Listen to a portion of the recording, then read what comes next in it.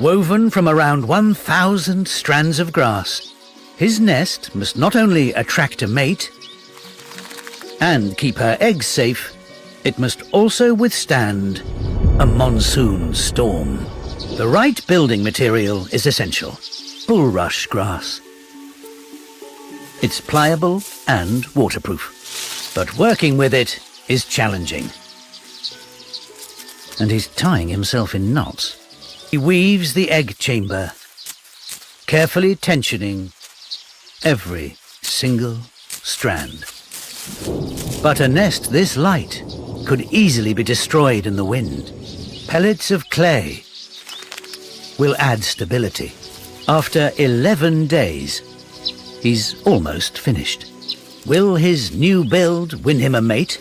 A flutter of her wings shows her approval. But the storm is approaching his thorns. With eggs laid, his nest faces the ultimate test: the monsoon winds. His future hangs in the balance. The colony has taken a hit, but many nests have stood firm, including his.